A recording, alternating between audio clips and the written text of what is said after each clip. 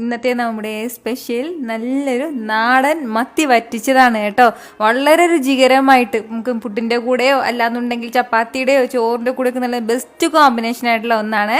നമ്മുടെ ഈ മത്തി വറ്റിച്ചത് തയ്യാറാക്കി എടുക്കാനായിട്ട് ഞാനിപ്പോൾ ഇതുപോലെ ഒരു 450 ഗ്രാം അളവിൽ മത്തി എടുത്തിട്ടുണ്ട് കേട്ടോ. എന്നിട്ട് നന്നായിട്ടൊന്ന് കഴുകിയതിന് ശേഷം ഇതുപോലെ ഒന്ന് അതിൻ്റെ പുറം ഭാഗത്തേക്ക് ഒന്ന് വരഞ്ഞു കൊടുത്തിട്ടുണ്ട്.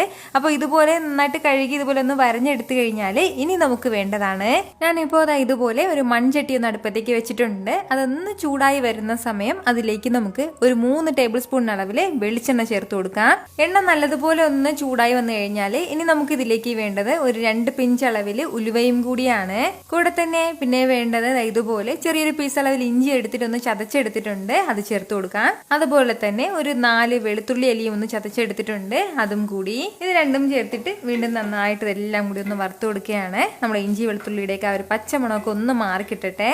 ഇതുപോലെ ചെറുതായിട്ടൊന്ന് വഴറ്റി കൊടുത്ത് നമ്മുടെ ഇഞ്ചി വെളുത്തുള്ളിയുടെയൊക്കെ ആ ഒരു പച്ചമണം മാറിക്കഴിഞ്ഞാൽ പിന്നെ ഇനി നമുക്ക് ഇതിലേക്ക് വേണ്ടതാണ് ഇതുപോലെ ഒരു 20ഓളം ചെറിയുള്ളി ഞാൻ എടുത്തിട്ടുണ്ട്. ചെറിയുള്ളിയിൽ തന്നെ നമ്മുടെ ഈ മത്തി വറ്റിച്ചൊന്ന് തയ്യാറാക്കാൻ വേണ്ടി പ്രത്യേകം ശ്രദ്ധിച്ചേക്കണം. നമ്മൾ സവാള എടുക്കരുത് കേട്ടോ. അപ്പോൾ സവാളയുടെ ഈ ഒരു പറയുന്ന ഈ ഒരു ടേസ്റ്റ് നമുക്ക് കിട്ടത്തില്ല കേട്ടോ. അപ്പോൾ അതിൻ്റെ പേരിലാണ്.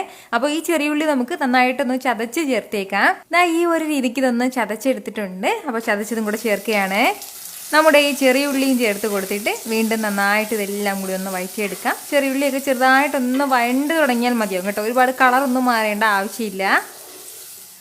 ഇപ്പോൾ നമ്മുടെ ഈ ചെറിയ ഉള്ളി എല്ലാം ഇതുപോലെ ചെറുതായിട്ടൊന്ന് വഴണ്ട് കിട്ടിയിട്ടുണ്ട്. ഈ ഒരു സമയമാകുമ്പോഴത്തേക്കും ഇനി നമുക്കിതിലേക്ക് മസാലകൾ ചേർത്ത് കൊടുക്കാം.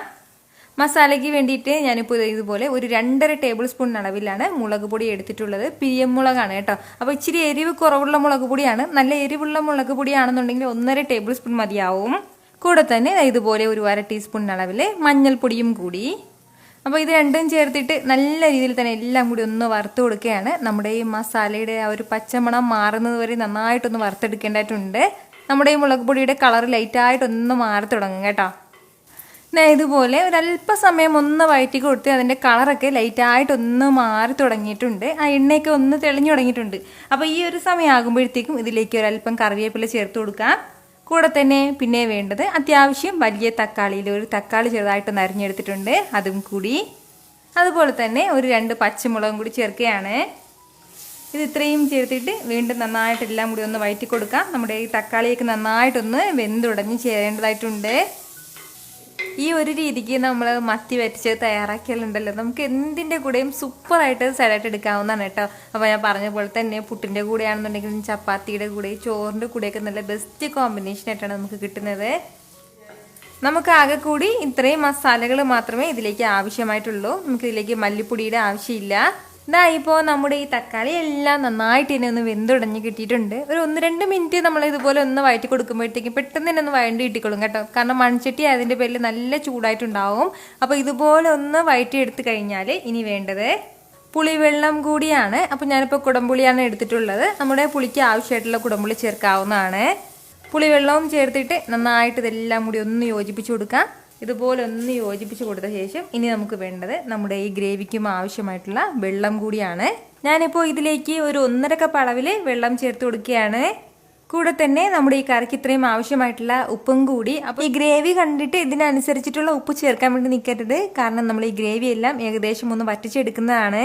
അപ്പോൾ ആവശ്യത്തിനുള്ള ഉപ്പും ചേർത്ത് കൊടുത്തതിന് ശേഷം ഇനി നമുക്ക് വേണ്ട എന്താണെന്ന് വെച്ചാൽ ഇത് നല്ലതുപോലെ ഒന്ന് തിളച്ച് വരട്ടെ. നമ്മുടെ ഗ്രേവി എല്ലാം ഇപ്പോൾ നല്ലതുപോലെ തിളച്ചു തുടങ്ങിയിട്ടുണ്ട്. അപ്പോൾ ഈ തിളച്ചു തുടങ്ങുന്ന ഈ ഒരു സമയമാകുമ്പോഴത്തേക്കും നമുക്കിതിലേക്ക് മീൻ കഷ്ണങ്ങൾ ചേർത്ത് കൊടുക്കാവുന്നതാണ്. മീൻ കഷ്ണങ്ങളെല്ലാം ചേർത്ത് കൊടുത്തിട്ട് ലൈറ്റായിട്ട് മാത്രം നമുക്ക് ഒന്ന് ചെറുതായിട്ട് ഇതുപോലെ ഒന്ന് ഇളക്കി കൊടുക്കാം. ഈ ഒരു സമയം മാത്രമേ നമുക്ക് ഇതുപോലെ ഒന്ന് ഇളക്കി കൊടുക്കാൻ വേണ്ടി പറ്റുള്ളൂ കേട്ടോ. പിന്നീട് അതായത് 2-3 മിനിറ്റ് കഴിഞ്ഞിട്ടൊന്ന് ഈ ഒരു രീതിക്ക് ഒന്ന് ഇളക്കി കൊടുക്കാൻ വേണ്ടി നിൽക്കരുത്. എങ്കിൽ പിന്നെ മീനെല്ലാം പൊടിഞ്ഞു പോകും. ഇതുപോലെ എല്ലാം കൂടി ഒന്ന് ഇളക്കി യോജിപ്പിച്ച് കഴിഞ്ഞാൽ ഇനി നമുക്ക് വേണ്ട എന്താണെന്ന് വെച്ചാൽ ഇതൊന്ന് അടച്ച് വെച്ചിട്ട് ഒരു 15 മിനിറ്റ് ഇങ്ങനെ ഒന്ന് വേവിച്ചെടുക്കണം. അതായത് നമ്മുടെ ഒരു 15 മിനിറ്റ് തരുമ്പോൾ ഹൈ ഫ്ലെയിമിലല്ല, മീഡിയം ഫ്ലെയിമിൽ നിന്ന് അല്പം കൂടി കുറച്ച് വെച്ചിരിക്കാം. അത്രയും സമയം കൊണ്ട് തന്നെ ഏകദേശം ഈ ഗ്രേവി എല്ലാം പറ്റിയിട്ട് നമ്മുടെ ഈ മീനെല്ലാം നല്ലതുപോലെ വെന്തിട്ട് മീനിലേക്ക് നന്നായിട്ട് ഈ മസാലയൊക്കെ പിടിച്ചിട്ടുണ്ടാകും കേട്ടോ. അപ്പോൾ ഇടയ്ക്കിടയ്ക്ക് ഇതൊന്ന് ചുറ്റിച്ചു കൊടുത്തേക്കണം. അതായത് അടുക്കി പിടിക്കാതിരിക്കാൻ വേണ്ടിയിട്ടാണ്. എന്നാൽ ശരി, ഒരു 10 മുതൽ 15 മിനിറ്റ് വരെ നമുക്ക് ഇങ്ങനെയൊന്ന് അടച്ചു വെച്ചിരിക്കാം. ഇതിപ്പോൾ ഏകദേശം ഒരു 15 മിനിറ്റോളം ആയിട്ടുണ്ട്. അപ്പോൾ ഇനി നമുക്കൊന്ന് തുറന്നു നോക്കാവുന്നതാണ്. ഇതാ ഇപ്പോൾ നമ്മുടെ മത്തി വറ്റിച്ചത് നല്ല സൂപ്പറായിട്ട് റെഡി ആയിട്ടുണ്ട്. നമ്മുടെ ആ ഗ്രേവി എല്ലാം ഏകദേശം ഒന്ന് വറ്റിയിട്ട് ഈ ഒരു രീതിക്കാണ് കേട്ടോ നമുക്ക് കിട്ടിയിട്ടുള്ളത്. അപ്പോൾ ഇനി ഇതിലേക്ക് ഇനി തവിയോ സ്പൂണോ ഇട്ട് ഇളക്കാൻ വേണ്ടി നിൽക്കണ്ട. ഇങ്ങനെ തന്നെ നമുക്ക് ഫ്ലെയിം ഓഫ് ചെയ്തൊന്ന് അടച്ചു വെക്കാവുന്നതാണ്. അപ്പോൾ ഇതുപോലൊരു മത്തി വറ്റിച്ച് നിങ്ങൾ തയ്യാറാക്കി നോക്കിയിട്ട് നിങ്ങളുടെ ഫീഡ്ബാക്ക് എനിക്കൊന്ന് മറക്കാതെ അറിയിച്ചേക്കണം.